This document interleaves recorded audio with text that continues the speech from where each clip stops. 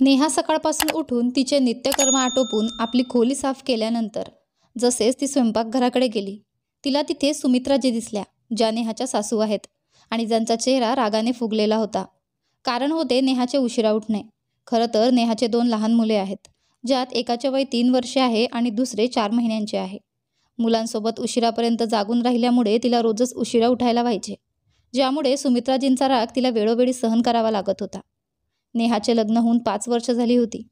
सुमित्राजी सुरुवातीला काही बोलायच्या नाहीत, पण त्यांच्या हावभावांतून नेहमीच दाखवून द्यायच्या की नेहा चांगली सून नाही. नेहाच्या पाठीमागे तिची निंदा करणे, नातेवाईकांसमोर तिच्या चुका सांगणे आणि प्रत्येक गोष्टीत तिला वाईट ठरवणे, हा त्यांचा स्वभाव झाला होता. त्यांना असे वाटायचे की नेहा खूप चालाक मुलगी आहे, ज्याचे सर्वात मोठे कारण होते नेहाचे त्यांचा मुलगा उदयसोबत प्रेमविवाह करणे. नेहा आणि उदयने कोर्ट मॅरेज केली होती, जी नेहाच्या घरच्यांनी स्वीकारली नाही, पण उदयच्या घरच्यांनी त्यांना घरात राहण्याची परवानगी दिली आणि समाजाच्या नियमांनुसार पूर्ण रीतिरिवाजासह त्यांचे पुन्हा एकदा लग्न लावून दिले. आजही अनेक ठिकाणी मुलाच्या प्रेमविवाहाला स्वीकारले जाते, पण जेव्हा गोष्ट मुलीच्या प्रेमविवाहाची येते तेव्हा लग्नानंतर तिला स्वीकारणे तर सोडाच, तिच्यासोबत सगळेच नाते तोडले जातात. याचा फायदा सासरचे लोक घेतात. ते मुलगा आणि सून दोघांनाही ठेवतात, मुलाला माफ करतात, पण सुनेला मनातून कधीच स्वीकारत नाहीत आणि जेव्हा स्वीकारतात तेव्हा खूप उशीर झालेला असतो. नेहा आणि उदयसोबतही असेच झाले. नेहाच्या कुटुंबाने तिच्यासोबत सगळे नाते तोडले आणि उदयच्या कुटुंबाने त्यांना स्वीकारले, तरी लग्नानंतर कधीच मनापासून आपले मानले नाही. नेहा उदयच्या कुटुंबातील सर्वांचे मन जिंकण्याचा प्रयत्न करू लागली, पण तिचा प्रत्येक प्रयत्न निष्फळ ठरायचा. काही काळानंतर सुमित्राजींच्या पतीचा आजारपणामुळे मृत्यू झाला, ज्याचे कारणही सुमित्राजींनी नेहालाच ठरवले. आता त्या नेहाचा अजून जास्त तिरस्कार करू लागल्या. त्यांच्या पतींना शासकीय सेवा होती, ज्यांचा काही कार्यकाल शिल्लक होता, त्यामुळे त्यांच्या जागेवर अनुकंपा नियुक्तीसाठी सुमित्राजींनी आपल्या धाकट्या मुलाला निवडले, ज्याला शिक्षणात अजिबातच रस नव्हता आणि कसाबसा त्याने 2-3 वर्षात 10वी आणि 12वीच्या परीक्षा पास केल्या होत्या. उदयचे मात्र मन व्यवसायात होते. त्याचे मत होते, जे प्रत्येक तरुणाचे असते, की जर नोकरीच करायची असेल तर शासकीय सेवा करावी किंवा स्वतःचे काहीतरी काम, छोटेसे का होईना, सुरू करावे. अशा प्रकारे दोन्ही भाऊ त्यांच्या कामांमध्ये व्यस्त झाले. धाकटा भाऊ त्याच्या वडिलांच्या जागेवर नोकरी करू लागला आणि उदयने आपला व्यवसाय सुरू केला. मात्र घरात नेहा आणि सुमित्राजी यांच्यातील अंतर वाढतच होते. सुमित्राजींच्या वागणुकीत काहीच फरक नव्हता. उलट त्या नेहाला समोरच उलटसुलट बोलू लागल्या आणि प्रत्येक गोष्टीवर तिला टोमणे मारत होत्या. नेहाही कंटाळून कधीकधी त्यांच्या चुकीच्या गोष्टींना विरोध करू लागली, ज्यामुळे त्यांच्यातील अंतर अधिकच वाढले. हळूहळू नेहाला 2 मुले झाली. त्यांच्यामुळे घरात आनंद पसरला. नेहाला वाटले की आता कदाचित सुमित्राजी तिला माफ करतील, पण तसं झालं नाही. सुमित्राजींना असे वाटत होते की नेहाने त्यांना मानसन्मान द्यावा, घरातली सगळी कामं सांभाळावी, त्यांची पसंती असलेल्या सगळ्या गोष्टी कराव्या, त्यांना न विचारता काहीही करू नये. पण त्या नेहाला कोणत्याही प्रकारचा हक्क देऊ इच्छित नव्हत्या. त्यांनी संपत्तीचा अर्धा हिस्सा स्वतःच्या नावावर आणि अर्धा हिस्सा धाकट्या मुलाच्या नावावर करून ठेवला होता. उदय आणि नेहाला फक्त त्या त्यांच्यासोबत ठेवू इच्छित होत्या, ज्याचे कारण त्यांचा आपल्या मुलाबद्दल थोडेफार प्रेम आणि त्यांच्या 2 नातवंडांबद्दल असलेले प्रेम होते. त्यातील मोठ्या नातवावर त्यांचे विशेष प्रेम होते, कारण त्यात त्यांना उदयच्या वडिलांची छबी दिसत होती. त्यांना असे वाटायचे की त्यांचे पती त्याच्या रूपात परत आले आहेत आणि काही समाजाचा देखील विचार होता. सुमित्राजींनी नेहाची कितीही निंदा केली, पण सत्य किती काळ लपणार. हळूहळू उदय आणि नेहाने आपल्या चांगल्या वागणुकीने समाजात आणि नातेवाईकांमध्ये आपले स्थान निर्माण केले होते. सुमित्राजींच्या अशा वागणुकीमुळे असे नव्हते की नेहा आणि उदयने घर सोडून जाण्याचा प्रयत्न केला नाही, पण सुमित्राजींनी त्यांना कोणत्या ना कोणत्या प्रकारे जाण्यापासून रोखून ठेवले. जेव्हा जेव्हा उदयने नेहा आणि मुलांना घेऊन वेगळे होण्याची गोष्ट केली, तेव्हा सुमित्राजींनी सगळ्या कुटुंबातील नातेवाईकांना एकत्र करून खूप गोंधळ घातला. त्या ना त्यांना स्वीकारत होत्या, ना त्यांना वेगळे जाऊ देत होत्या. सुरुवातीला नेहाने उदयकडे तक्रारी केल्या, पण जेव्हा घरातील कलह उदयच्या कामावर आणि त्याच्या आरोग्यावर परिणाम करू लागला, तेव्हा नेहाने सगळ्या गोष्टी फक्त स्वतःपुरत्या ठेवण्याचा प्रयत्न घेतला. उदयला सगळे समजत होते आणि तो नेहावर खूप प्रेमही करत होता, पण त्याला कुटुंबाचे महत्त्वही समजत होते. त्याला त्याच्या धाकट्या भावाचे लग्न होईपर्यंत आणि तो सेटल होईपर्यंत आपल्या कुटुंबाला सोडून जायचे नव्हते. त्यांचे मत होते की त्यांच्या वडिलांच्या मृत्यूनंतर त्याची आई आणि भावाची काळजी घेणे हे त्याचे कर्तव्य आहे. तो आपल्या व्यवसायावर जास्तीत जास्त लक्ष केंद्रित करू इच्छित होता, ज्यामुळे तो आपल्या कुटुंबाचे आणि नेहाचे प्रत्येक लहान मोठे स्वप्न पूर्ण करू शकेल. तो खूप समजूतदार व्यक्ती होता, जे कधीही कोणाच्या दुःखाचे कारण बनू इच्छित नव्हता. तो कुटुंबात सगळ्यांना आनंदात ठेवण्याचा प्रयत्न करायचा, पण आयुष्य पावसातल्या बेडकासारखे झाले होते, जिथे दुसऱ्याला पकडायला गेले की पहिले हातातून निसटून जायचे. या जगात सगळ्यांना एकत्र ठेवून आनंदात ठेवणे शक्य नाही. हळूहळू वेळ निघून गेला आणि नेहाच्या दीराच्या लग्नाची चर्चा सुरू झाली आणि नात्यांच्या ओढी लागल्या. व्यवसायातला माणूस नोकरीवाल्यापेक्षा कितीतरी जास्त कमावतो, पण समाजात सरकारी नोकरीवाल्या मुलांची वेगळीच मागणी असते. आपला मुलगा काहीच करत नसला तरी चालेल, पण जावई मात्र सगळ्यांना सरकारी नोकरीवाला पाहिजे. जर विचार केला तर तसं हुंडा मागणे कायदेशीर गुन्हा आहे. तसेच आपल्या मुलीसाठी लग्नासाठी सरकारी जावई शोधणे ही चुकीचे आहे. मान्य आहे की प्रत्येक आईवडील आपल्या मुलीचे भलेच बघतात, तिचे सुरक्षित भविष्य पाहतात, पण सरकारी नोकरी मुलीच्या आनंदाची हमी देत नाही आणि मुलामध्ये आणि त्याच्या कुटुंबात खूप साऱ्या गुणांचं असणे गरजेचे आहे. असो, घरात लग्नाच्या चर्चा सुरू झाल्या, पण जेवढेही प्रस्ताव आले सुमित्राजी त्यांना नकार द्यायच्या. त्यांना त्यांच्या सरकारी नोकरीवाल्या मुलाचा खूप अभिमान होता. त्यांना वाटायचे की जसं त्या ठरवतील त्यांना कोणतीही मुलगी मिळेल मुलाच्या लग्नासाठी. या विचारामुळे त्या प्रत्येक नात्याला टाळायच्या. धाकट्या मुलाचे वयही लग्नाचे झाले होते, पण सुमित्राजी कोणत्याही नात्याची चर्चा पुढेच वाढवत नव्हत्या. एके दिवशी त्याच्या धाकट्या मुलाने स्वतःच एका मुलीला पसंत करून सुमित्राजींना सांगितले की तो तिच्याशीच लग्न करणार. पण लव्ह मॅरेजला नेहमीच विरोध असलेल्या सुमित्राजींनी त्याची गोष्ट मान्य केली नाही. त्यांना वाटले की जर मुलगा आपल्या पसंतीने लग्न करेल तर तो सुनेच्या पदरात बांधला जाईल आणि त्यांच्या हातातून निसटून जाईल. तसेही त्या नेहाच्या लव्ह मॅरेजमुळे चिडलेल्या होत्या आणि उदयवरही नाराज होत्या.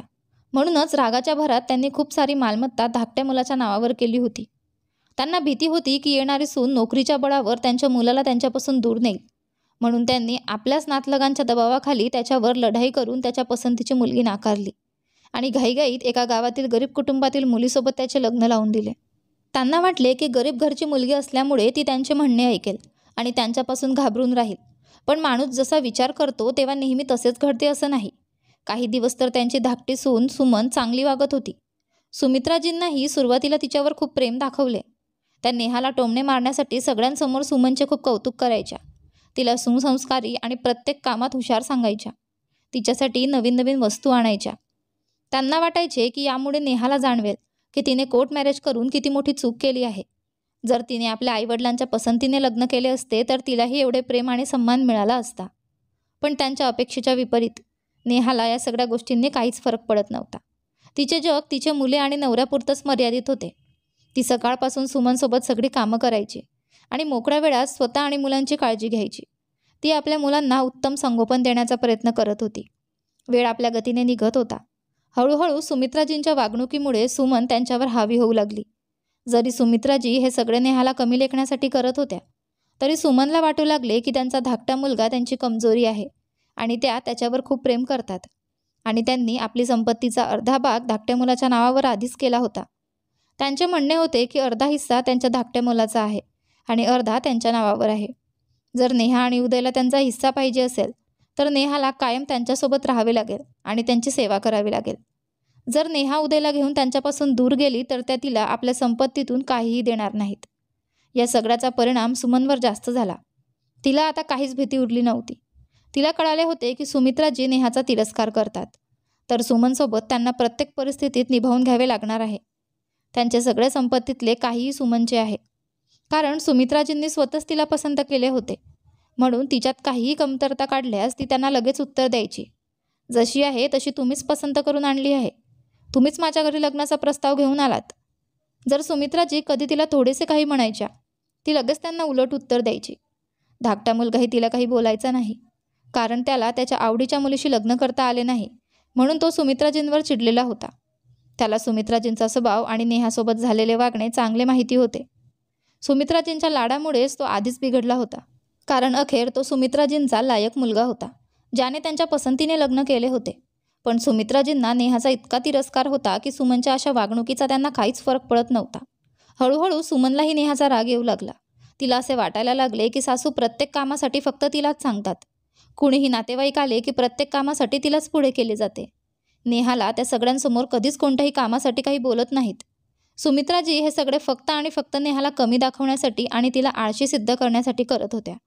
त्यांचा एकच उद्देश होता की नेहाला हे जाणवावे की लव्ह मॅरेज केलेल्या सुनेला कधीच तो मान सन्मान मिळत नाही जो त्यांची पसंती असलेल्या सुनेला मिळत आहे. आता सुमनही नेहाशी कोणत्याही गोष्टीवरून भांडण्याचा प्रयत्न करत होती आणि सुमित्राजी ते सोडवण्याऐवजी म्हणायच्या, तुम्हाला जे काही करायचे आहे ते करा, मला याच्याशी काही घेणे देणे नाही, फक्त घरातील गोष्टी बाहेर जाऊ नयेत, असे म्हणून त्या स्वतःला बाजूला काढून घेत. नेहा आणि सुमन दोघांच्याही नवऱ्यांनी आपल्या बायकोच्या भांडणात लक्ष घालणे टाळले. काही वेळ नेहा सहन करत होती, पण आता भांडणे हद्दीच्या पलीकडे जात होती. चूक कोणाचीही असो, सुमित्राजींच्या नजरेत नेहाच नेहमी चुकीची असायची. हळूहळू सुमित्राजी आणि सुमन दोघींनी मिळून तिला त्रास द्यायला सुरुवात केली. सुमित्राजी आणि सुमन आपसात कितीही लढत असत, पण नेहाच्या विरोधात त्या दोघी एकत्र यायच्या. नेहा ही शेवटी माणूसच होती. प्रत्येक गोष्टीची एक मर्यादा असते. नेहाची सहनशक्तीची मर्यादा आता संपत आली होती.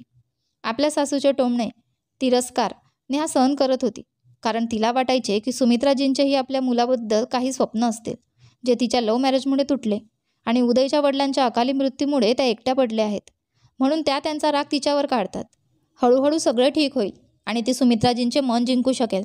पण सुमन जेव्हा तिच्याशी भांडायची, उलटसुलट बोलायची आणि सुमित्राजी तिला समजावण्याऐवजी सुमनचे समर्थन करायच्या, तेव्हा नेहाने ठरवले की ती आता आपल्या मुलं आणि नवऱ्यासोबत वेगळे राहील. उदयचेही असे म्हणणे होते की त्याचा भाऊ स्थिर स्थावर झाला की ते वेगळे राहण्याचा विचार करतील. यावेळी सुमित्राजींनी विरोध केला. खूप नाटक केले. सगळ्या नातेवाईकांना गोळा केले. रडणे ओरडणे केले. पण सगळ्यांनी त्यांना समजावले की रोज रोजच्या भांडणापेक्षा वेगळे राहून शांततेत राहणे जास्त चांगले आहे. सुमित्राजींनी त्यांना रोखण्याचा खूप प्रयत्न केला, पण उदय नेहाला घेऊन जवळच फ्लॅट घेऊन राहायला लागला. नेहा नवीन ठिकाणी आली. ती कधीही एकटी राहिली नव्हती. माहेरी तिचे मोठे कुटुंब होते आणि सासरी सुमित्राजींनी कधीही तिला आणि उदयला एकटे राहू दिले नव्हते. सुरुवातीला तिला थोडे अवघड वाटले, पण हळूहळू ती आपली गृहस्थी जमवू लागली. वेळ जसा गेला तसे तिने सगळे शिकून घेतले. आता तिला शांततेचे काही क्षण लाभले होते. तिच्या आयुष्याचे 8 वर्षे फक्त टोमणे ऐकण्यात आणि कमीपणाची वागणूक सहन करण्यात गेले होते. तिने खूप प्रयत्न केला सगळ्यांचे मन जिंकण्याचा, सगळ्यांना आपले करण्याचा, पण सुमित्राजींनी तिची निंदा करून तिला सगळ्यांच्या नजरेत वाईट बनवले होते. खोटे वारंवार बोलले की ते खरं वाटायला लागते. सगळे नातेवाईक आणि शेजारी नेहाला गर्विष्ठ समजत होते. सगळ्यांच्या नजरेत सुमित्राजींनी तिला आळशी आणि धूर्त ठरवले होते. तिच्या नवीन गृहस्थीत आणि नवीन ठिकाणी तिला कमीपणाचे वागणूक देणारे कोणी नव्हते. तिला लोकांच्या नजरेत कमी करणारे कोणी नव्हते. ती तिथल्या सगळ्यांमध्ये लवकरच मिसळली. तिच्या वागणुकीमुळे सगळे तिचे कौतुक करायचे. तिच्यासोबत खूप प्रेमाने वागत होते. तिथे तिची एक खूप मोठी मैत्रीण मंडळी जमली होती. इथे तिला तिच्या सासर आणि माहेरची कधीच कमी जाणवली नाही.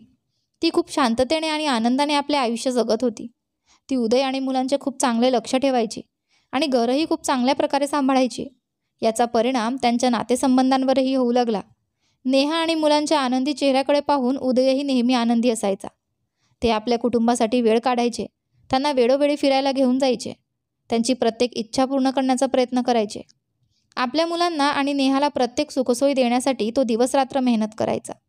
उदयची मेहनत फळाला आली. त्याचा व्यवसाय आता चांगला चालू लागला. उदयचे कष्टमय मेहनत आणि स्वच्छ नियत यामुळे अखेर लक्ष्मी माता त्यांच्यावर प्रसन्न झाल्या. आता त्यांची गणना शहरातील प्रतिष्ठित लोकांमध्ये होऊ लागली होती. त्यांनी एका मोठ्या शहरात आपला बंगला बांधला होता. त्यांच्याकडे आता सर्व सुखसुविधा उपलब्ध होत्या. उदय आणि नेहा त्यांच्या संपत्तीचा मोठा भाग सामाजिक सेवेत वापरायचे, गरजूंना मदत करायचे आणि आपल्या आई आणि भावाच्या सुखसुविधांचीही काळजी घ्यायचे. त्यांना जे काही लागायचे फक्त 1-2 फोन केल्यावर त्यांच्यापर्यंत पोहोचायचे. इथे सुमित्राजींनाही लोक उदयच्या यशाबद्दल सांगायचे. त्यांची मेहनत आणि जिद्दीने मिळवलेल्या यशाचे उदाहरण आपापल्या मुलांना द्यायचे आणि सुमित्राजींचेही कौतुक करायचे की तुम्ही धन्य आहात, ज्यांनी उदयसारख्या मुलाला जन्म दिला.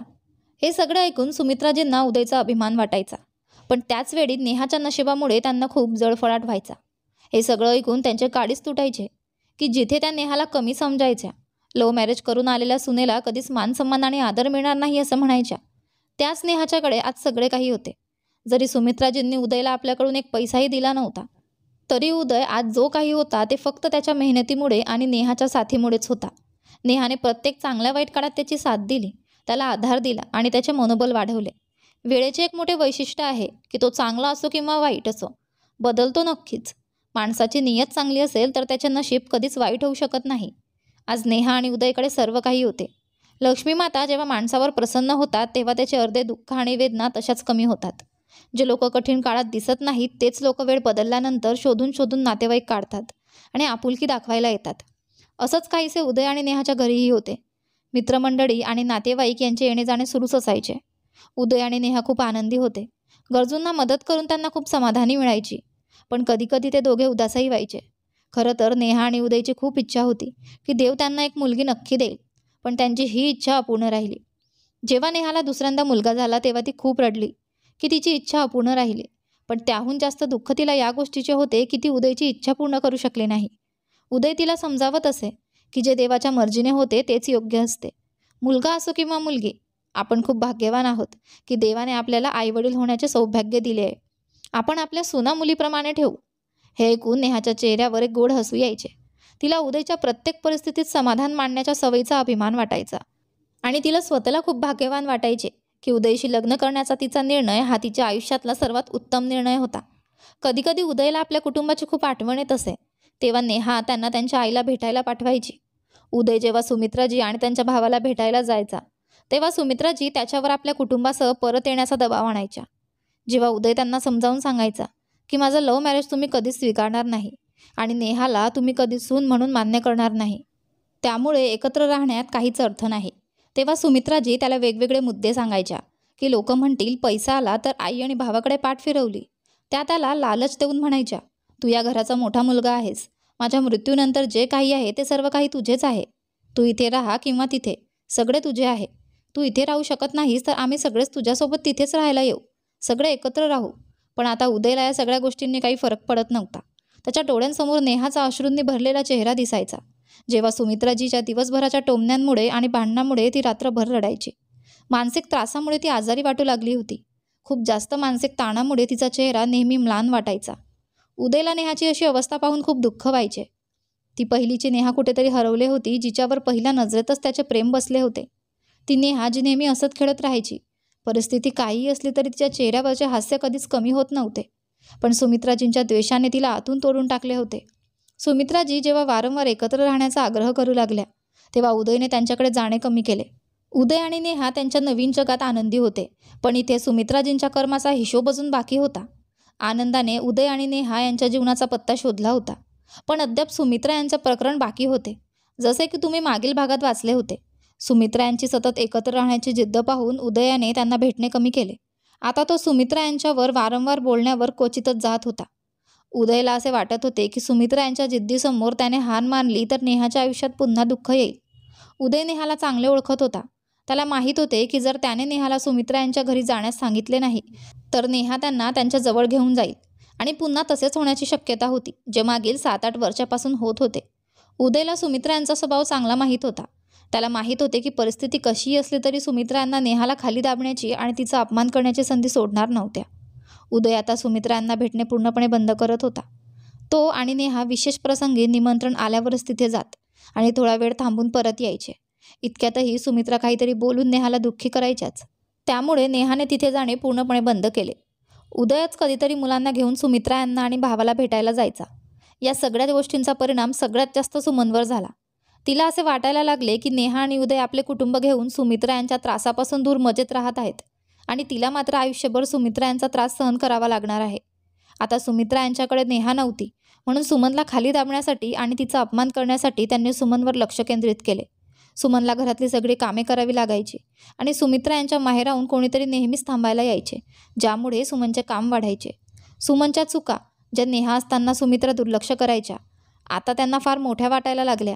त्या सुमनला टोकायच्या, रागवायच्या, तिच्या आईबाबांनाही दोष द्यायच्या. पण सुमन नेहा नव्हती. ती प्रत्येक गोष्टीवर सुमित्रा यांना उत्तर द्यायची. जर सुमित्रा एक शब्दसुद्धा चुकीचे बोलल्या तर सुमन त्यांना त्यांचे घराणे ऐकवायची. ती त्यांना फार सुनवायची, त्यांचा अपमान करायची. रोजच्या भांडणामुळे सुमनही खूप चिडचिडी झाली होती. सुमनच्या लग्नाला 4 वर्षे झाली होती, पण खूप प्रयत्न करून, मंदिर मस्जिदे फिरून आणि डॉक्टरांचे चक्रा मारूनही तिला आई होण्याचे सुख मिळाले नव्हते. यामुळे सुमित्रा तिला नेहमी अपमानित करायच्या. घरात रात्री दिवसाचे भांडण आणि सुमनची मूल होण्याची इच्छा, यामुळे त्यांच्या धाकट्या मुलाने दारू प्यायला सुरुवात केली. थोडीफार दारूची सवय तर आधीच सुमित्रांच्या लाडामुळे त्याला लागली होती, पण आता त्याला दारूची लत लागली होती. तो रात्री दिवस नशेत बुडून राहायचा, सुमनला मारहाण करायचा आणि नशेत असताना सुमित्रा यांचा अपमान करायचा, त्यांना अपशब्द सांगायचा. जर सुमित्रा काहीही बोलायच्या तर तो सुमनला घेऊन वेगळी होण्याची धमकी द्यायचा. दारूचा परिणाम त्याच्या नोकरीवरही व्हायला लागला होता.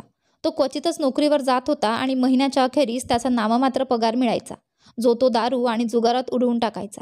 सुमित्रा यांच्या पेन्शनच्या पैशांनी घराचा खर्च चालायचा. तो 2-2 दिवस घरात येत नसे. दारू पिऊन इथे तिथे पडून राहायचा. घरात सुमित्रा आणि सुमन सोडून अन्य कोणीही नव्हते. त्यामुळे सुमित्रा त्याला शोधत घरात आणायच्या. त्याला काही बोलण्याची हिंमत त्यांच्यात आता उरली नव्हती, पण त्या एकट्यात त्याला वाईट साईट सांगून मन हलकं करायच्या.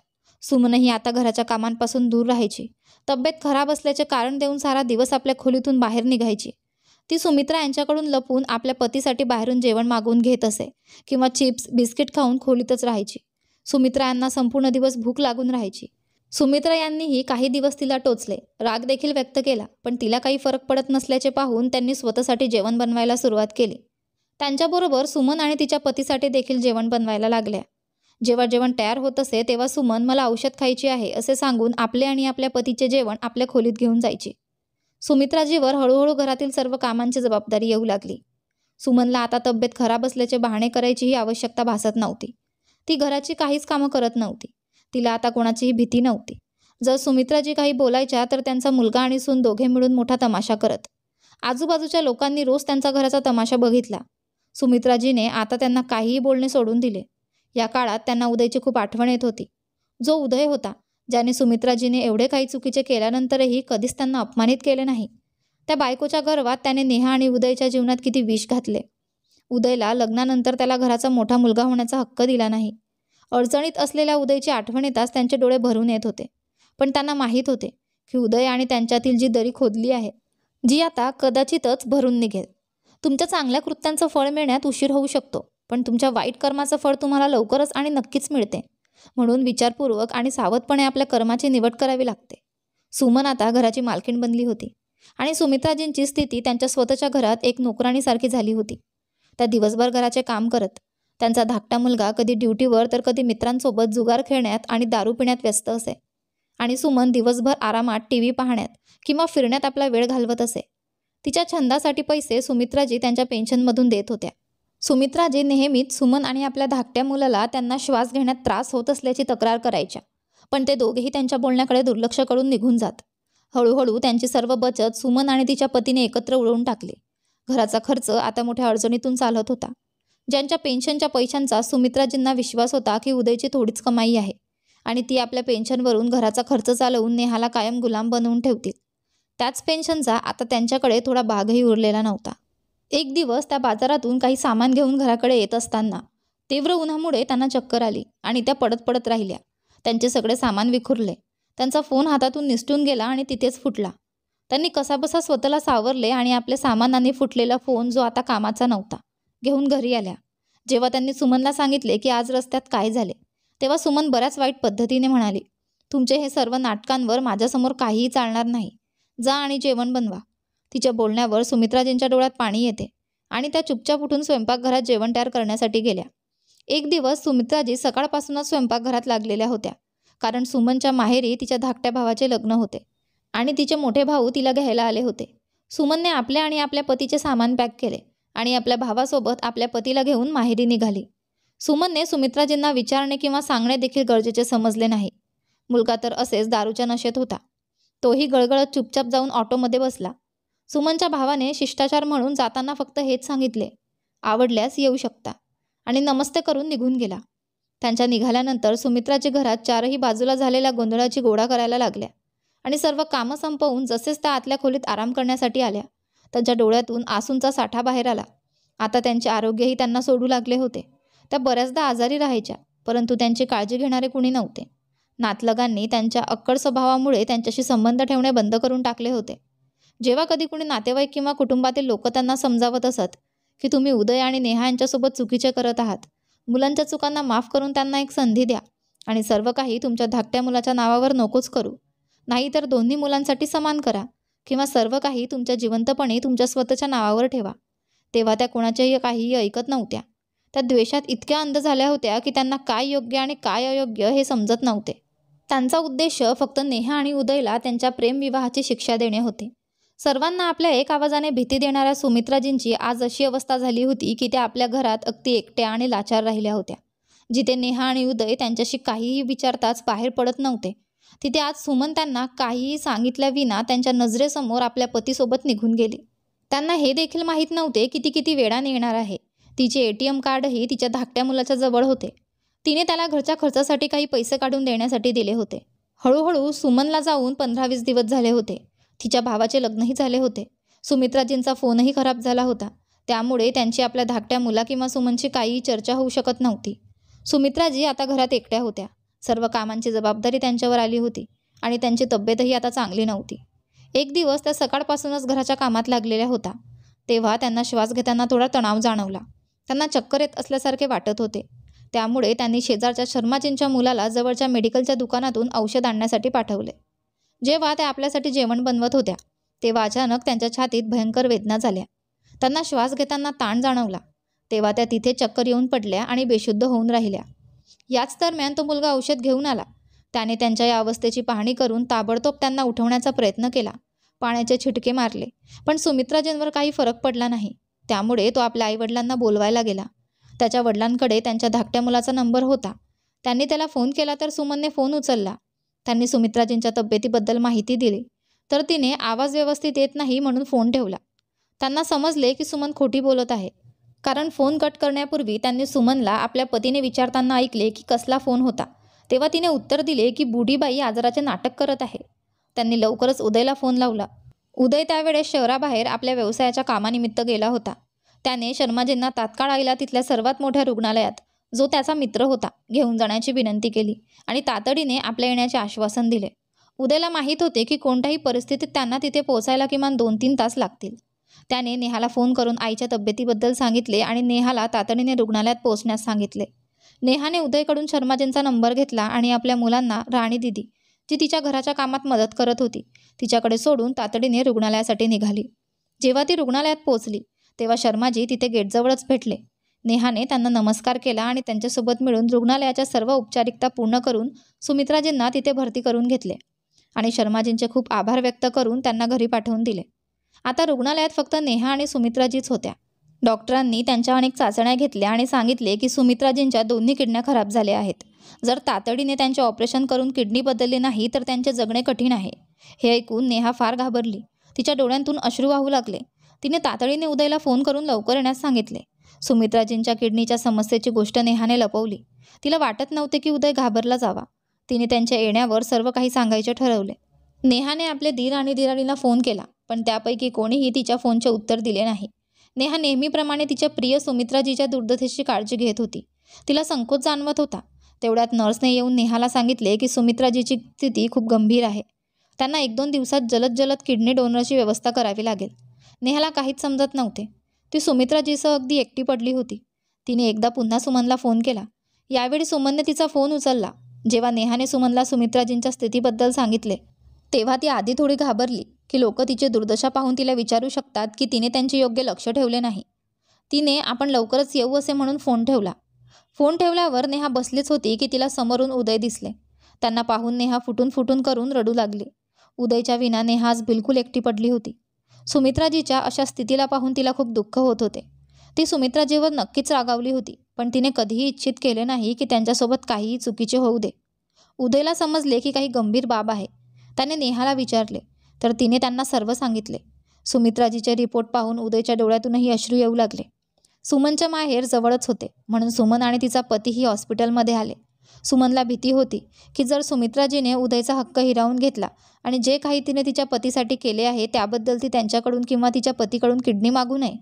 तिने सुमित्राजीला दुरून पाहिले आणि म्हणाली, माझी तब्येत ठीक नाही, मी घरी जाऊन औषध घेत आहे, नंतर येते, असे सांगून ती निघून गेली.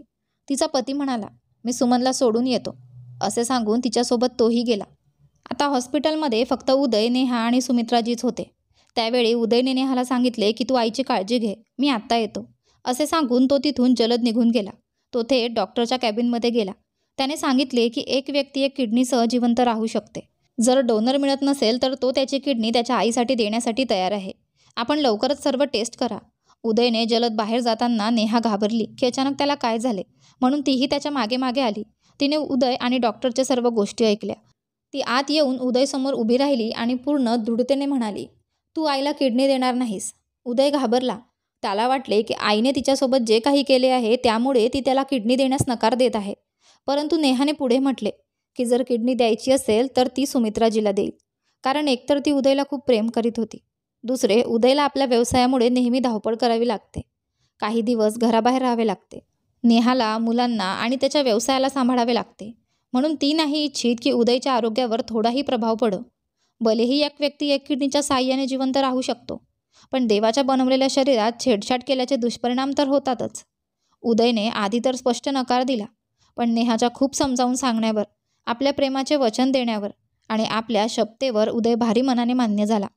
उदय बिलकुल नाही इच्छित होता की नेहाला थोडीही अडचण व्हावी, पण तो तिच्या जिद्दीच्या समोर मजबूर होता. तो जाणत होता, जर तिने ठरवले आहे तर ती आता कोणाचेही ऐकणार नाही. उदय आणि नेहा लवकरात लवकर रुग्णालयातील सर्व औपचारिकता पूर्ण करत होते. नेहाची किडनी सुमित्राजीसाठी मॅच झाली होती. सर्व काही ठीक होते. फक्त 1-2 दिवसामध्ये तिची किडनी सुमित्राजीला लावली जाणार होती.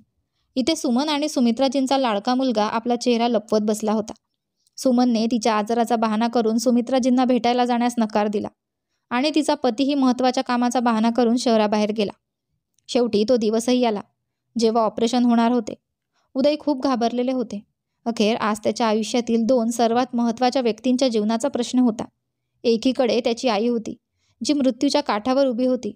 दुसरीकडे त्याची पत्नी होती, जिला त्याच्या आईच्या जीवनाची वाचवण्यासाठी तिने आपले जीवन पणाला लावले होते. त्याच्या डोळ्यांतून वारंवार अश्रूंचा प्रवाह बाहेर येत होता. त्याने सकाळपासून त्याच्या आईचा हात पकडून किती वेळा रडला होता हे त्यालाही माहीत नव्हते. आणि नेहाला आपल्या छातीच्या जवळ धरताना त्याच्या अश्रूंचा बांधच तुटला. उदयची अशी अवस्था पाहून नेहाच्या डोळ्यांतूनही अश्रूंचा जलप्रपात वाहत होता. तिने मोठ्या कष्टाने स्वतःला आणि उदयला सांभाळले. सुमित्राजी आणि नेहाला ऑपरेशनसाठी नेण्यात आले. बाहेर उदयचे हृदय जोरजोरात धडधडत होते. तो देवाला सतत एकच प्रार्थना करत होता की सर्व काही चांगले होवो. काही तासांनी डॉक्टर ऑपरेशन कक्षातून बाहेर आले आणि उदयला सांगितले की ऑपरेशन यशस्वी झाले आहे. सुमित्राजी आणि नेहा दोन्ही ठीक आहेत. काहीच वेळात त्यांना रूममध्ये शिफ्ट केले जाईल. त्यानंतर तुम्ही त्यांच्याशी भेटू शकता. उदयने डॉक्टरचे आभार मानले आणि त्याचे डोके देवाच्या समोर झुकले. सुमित्राजी आणि नेहाला रूममध्ये शिफ्ट करण्यात आले. त्यांना भेटण्यासाठी येणाऱ्यांची गर्दी जमली होती, पण सुमन आणि तिच्या पतीचा काहीच पत्ता नव्हता. आपल्या वडिलांच्या मिळालेल्या नोकरीच्या गर्वात त्याने सर्वांशी संबंध ठेवणे थांबवले होते. ऑपरेशन झालेल्या 4-5 दिवस झाले, पण त्या दोघांनी सुमित्राजींना भेटायलाही आले नाहीत. त्यांना वाटत होते की आता त्यांना कोणाचीही गरज नाही आणि आता सुमन सुमित्राजींसोबत राहायलाही इच्छुक नव्हती.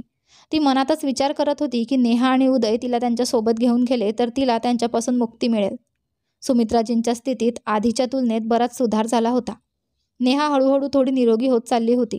सुमित्राजी आणि नेहा यांच्याशी भेटायला येणारे सर्वजण नेहाची खूप प्रशंसा करत होते. उदय तर त्यांचा मुलगा होता, पण एक सून होऊन अशा अपमानाला सामोरे जात नेहाने जे केले ते खरेच प्रशंसनीय होते. सर्वांच्या जाण्यानंतर सुमित्राजींनी नेहाकडे पाहिले आणि त्यांच्या डोळ्यांतून अश्रू गळाले. त्याने तिच्यासमोर दोन्ही हात जोडले आणि इतकेच म्हणाल्या, शक्य होईल तर मला माफ कर. मी तुझ्यासोबत खूप चुकीचे केले. माझा जीव वाचवण्यासाठी तू तुझे जीवन धोक्यात ठेवायला नको होते. मला मरण येऊ द्या. मला माझ्या कर्माची शिक्षा मिळेल. तुझे उपकार मी कधीच चुकवू शकणार नाही. नेहा त्यांच्या गळ्यात झुलली आणि इतकेच म्हणाली, असे म्हणू नका. तुम्ही माझी आई आहात आणि मुले आईवर उपकार करत नाहीत. मी फक्त माझे कर्तव्य पार पाडले आहे. आता तुम्ही लवकर बरे व्हा आणि घरी चला. मुले तुमची वाट पाहत आहेत. उदयही तिथेच उभा होता, आपल्या पत्नी आणि आईला पाहत. त्याला आज आपल्या निवडीचा अभिमान होता. सुमित्राजींनी त्यालाही जवळ बोलावले आणि हात जोडून माफी मागितली. उदय आपल्या आईच्या गळ्यात गेला. नेहा आणि त्याच्या लग्नानंतर अनेक वर्षांनी त्याच्या आईने त्याच्या डोक्यावर प्रेमाने हात ठेवला. सुमन आणि तिचा पतीही तिथे आले. सुमित्राजींची स्थिती जाणून घेतल्यानंतर सुमनने सुमित्राजींना म्हटले, आता तुम्ही आपल्या मोठ्या मुलासुनेच्या जवळ राहा. आम्ही खूप काही केले आहे. आता तुम्ही त्यांना सेवा करण्याची संधी द्या. त्यांचेही काही कर्तव्य आहे. सुमित्राजींनी आपल्या लहान मुलाकडे पाहिले. तोही आपल्या पत्नीला मौन संमती देत होता. ती त्यावेळी काहीही बोलली नाही आणि त्या दोघांनी सर्वांची निरोप घेतला आणि परत गेले. 1-2 दिवसात त्यांचे रुग्णालयातून डिस्चार्ज झाले. त्याने उदयला सांगितले की घराचा अर्धा हिस्सा अजूनही त्यांच्या नावावर आहे आणि त्यांना तिथून कोणीही काढू शकत नाही. त्यामुळे त्यांनी त्यांना तिथेच सोडून द्यावे. पण उदय आणि नेहा मान्य झाले नाहीत. त्यांची स्थिती अजूनही नाजूक होती आणि ते त्यांना अशा स्थितीत एकटे सोडू इच्छित नव्हते. नेहा अजूनही पूर्णपणे बरी झालेली नव्हती. तिच्या खूप जिद्दीवर त्यांनी मनाला वाईट वाटत असतानाही तिच्यासोबत जाण्याचे मान्य केले. त्यांची स्थिती अशी नव्हती की त्या स्वतःचे लक्ष ठेवू शकतील. त्यांना त्यांच्या केलेल्या गोष्टींबद्दल खूप लाज वाटत होती. त्यांच्या प्रत्येक कृतीमुळे नेहा आणि उदयला आपलं घर सोडून बाळाच्या घरात राहावे लागले होते. उदय नेहा आणि सुमित्राजींना घेऊन घरात आला. उदय नेहा आपल्या आईशी आणि आपल्या मुलांची खूप काळजी घेत होते. त्यांना मदतीसाठी त्याने प्रत्येक लोकांना त्यांच्यासाठी ठेवले. उदय स्वतः आपल्या आई आणि पत्नीच्या औषधांचा आणि आहाराचा खूप काळजी घेत होता. त्यांना जेवण करून वेळेवर औषध देऊन आणि मुलांना शाळेत सोडून घरातून बाहेर निघायच्या आधी नेहा आणि सुमित्राजींना डॉक्टरकडे घेऊन जात होता. उदयच्या प्रेमामुळे आणि काळजीमुळे दोघी लवकरच पूर्णपणे बऱ्या झाल्या. सुमित्राजी आणि नेहा खूप चांगल्या मैत्रिणी बनल्या. त्या दोघी मुलांना घेऊन फिरायला जात आणि खूप गप्पा मारत. सुमित्राजी ही मुलांना खूप प्रेम देत. त्यांच्यासोबत ती स्वतःही एक लहान मुलगी बनून खूप आनंदात राहत होती. नेहा आणि उदयही त्यांचा खूप मान ठेवत. पण कधीकधी त्यांच्या वर्तमानातील वर्तनाचा विचार करून त्यांना आत्मग्लानी होत असे. नेहाच्या निश्चल प्रेमाला पाहून त्यांचे मन भरून येत असे. सर्व काही दृष्टिकोनाचा खेळ होता. जेव्हा नेहा त्यांना प्रेमळ नजरेने पाहत असे तेव्हा त्यांना ती एक भोळी-भाडी मुलगी दिसत असे. त्यांना नेहमी दुःख वाटत असे की त्यांनी उदय आणि नेहा यांच्यासोबत किती अन्याय केला. तरीही ते त्यांना खूप प्रेम आणि मान देत होते. आणि त्या मुलासाठी ज्याच्यासाठी त्यांनी इतके केले त्याला हातावर सर्व काही मिळाले. त्याने त्यांना डोळा फिरवला आणि परतही पाहिले नाही. ती पश्चातापाच्या आगीत जळत राहत होती. नेहा आणि उदय त्यांच्या हृदयाची स्थिती समजून घेत होते. पण ते त्यांना सतत हे जाणवून देत होते की हे घर त्यांचे आहे आणि त्यांनी जुन्या गोष्टी विसरून पुढे गेले आहेत. आता त्यांच्या मनात कुठल्याही प्रकारचा मनमुटाव नाही. हळूहळू काळ सरत गेला. जिथे सुमित्राजी नेहाईला सून मानण्यास नकार देत होत्या तिथे आज ती त्यांच्या प्रेमविवाहाची सून बनून त्यांच्या मुली समान झाली होती. त्यांच्या दोन्हींच्या प्रेम आणि खट्याळीच्या नात्याला पाहून कोणीही अनोळखी व्यक्ती त्यांना आई आणि मुलगीच समजत होता. सुमित्राजींनी आपल्या नावावर जे काही होते ते सर्व उदयच्या नावावर करून दिले, हे त्याला न सांगता. उदयने आपल्या मेहनतीच्या जोरावर आज सर्व काही मिळवले असले तरी एक मुलगा म्हणून आपल्या मातापित्यांची जी काही संपत्ती आहे त्यावर त्याचासुद्धा समान हक्क होता आणि ती त्याला या अधिकारातून आणि त्यांच्या स्वर्गीय वडिलांच्या आशीर्वादापासून वंचित ठेवू इच्छित नव्हती. सुमित्राजींचा लहान मुलगा आता दारू पिणे कमी करून आपल्या ड्युटीची वेळेत पूर्तता करीत होता. सुमन अजूनही आपल्या मुलासाठी डॉक्टरांच्या मागे फिरत होती. अखेर तिला आपल्या कर्माचा हिशोबही द्यावा लागणारच होता. आणि इकडे सुमित्राजींनाही त्यांची चुकी समजली की प्रत्येक वेळी आपण मुलांसाठी निवडलेले साथीदारच त्यांच्यासाठी योग्य ठरतात असे नाही. कधीकधी आपण त्यांच्या निवडीचाही मान ठेवून पाहावा आणि त्यांचा आनंदाचा विचार करून त्यांना स्वीकारावे. तुम्हाला याबद्दल काय वाटते कमेंट करून नक्की सांगा. आशा करते की तुम्हाला आमची कथा आवडली असेल. कथा आवडली असेल तर व्हिडिओला लाईक करा. तुम्ही चॅनलवर नवीन असाल तर चॅनलला सबस्क्राईब करा.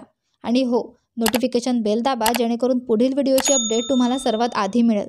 धन्यवाद.